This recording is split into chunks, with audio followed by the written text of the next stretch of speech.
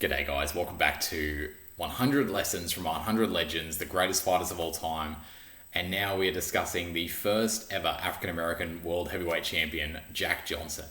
So this is the first natural heavyweight we're talking about. We've gone through a bunch of absolute pound for pound greats from this early era of boxing. And now we've arrived at the first natural heavyweight. We've talked about a guy who has won the World Heavyweight Championship before in Bob Fitzsimmons, who was a middleweight who went up to heavyweight and won. Now we're going to talk about a guy who absolutely destroyed that man and many others, Jack Johnson, who just before he became champion, knocked out Bob Fitzsimmons in 3 rounds, being the bigger, stronger, just faster, more athletic guy. But we're not going to focus on that so much. It's going to be more Jack Johnson's phenomenal defense. And frankly, he is still known as one of the greatest defensive heavyweights of all time. And the way he would grapple and mix grappling and tying up, it's very much like watching a little bit of an early version of mixed martial arts, watching Jack Johnson's sort of fights, which we're now getting to a point where we do have these guys on film. You know, Jack Johnson was in a bunch of really big fights, being such a famous champion at the time, being heavyweight champion for a long time. So we get to see a lot of footage of Jack Johnson doing one of the things that he does best, along with rebelling against the establishment. He is a bit of a hero now. The fact that he was willing to go against the grain so much in what was a very sort of racist boxing culture and wider culture in America back in those days. So we've got Jack Johnson. He knocked out not only Fitzsimmons, but another guy we've talked about already in for my opinion, one of the 3 best pound for pound boxers of all time, Sam Langford. He knocked him out as well. We also had... he knocked him down and then won a decision. But he won a decision over Sam Langford. Then went on to finally get a shot at the world title, even though he deserved it many years earlier. But he finally got his shot in 1908 and then defeated the man who is regarded as the greatest heavyweight champion of all time, former world heavyweight champion Jim Jeffries, in the most anticipated fight of all time at that time, and even to this day, one of the most anticipated fights of all time throughout America. And he defeated Jim Jeffries in very dominant fashion as well. Again, knocked him out and seemingly could have knocked him out sooner if he was less conservative in his style. Then went on to obviously knock out Stanley Ketchel in what we talked about in the Stanley Ketchel video in somewhat hilarious fashion. And then obviously went on to hold the title well into the mid-1910s.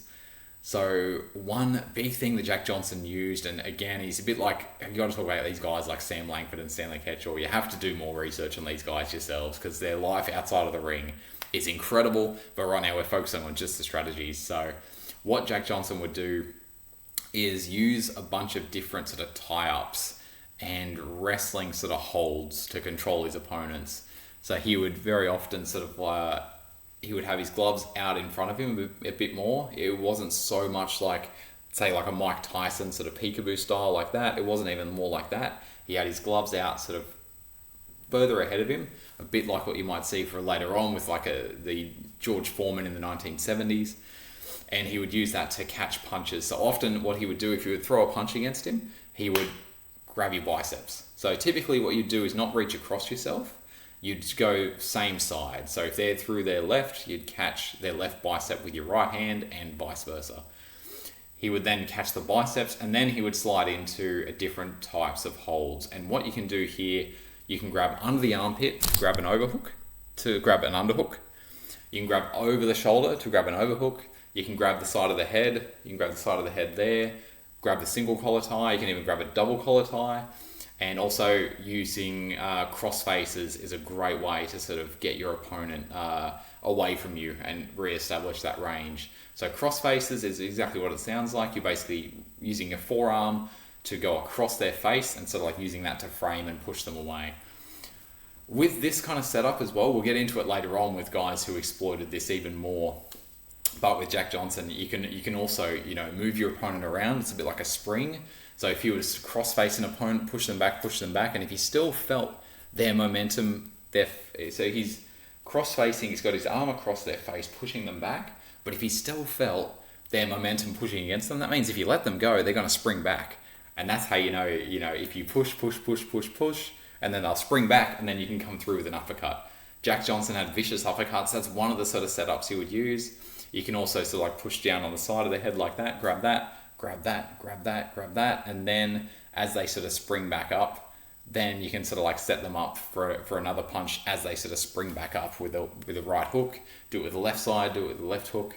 So there's a lot of different ways you can sort of like set up these sort of like head-on collisions with their head and your punches by maneuvering them in a certain way where you end up sort of like pushing their head down to one side so they spring back up, and then they'll spring up into your punch. I think the one that I've seen the most with him is that sort of bicep tie, and then going for the crossface, pushing them back, and then as they sort of spring back up, then their head will spring back up, and then he'll catch them with an uppercut coming through. With the uppercuts as well, we don't have to dig into them right now because I'm doing it in a very lazy way with bad form. Typically with uppercuts, you want to actually come down, keep your guard up, and then throw the uppercut from there. The uppercuts come from your lower body. Not so much how I was throwing it there, but for the purposes of just getting through this initial video and giving you an introduction to this sort of style, and it's the first time we're sort of mentioning uppercuts as a punch as well. It's a great way to sort of like set up punches and incorporating grappling into your boxing with the first ever African American world heavyweight champion, Jack Johnson.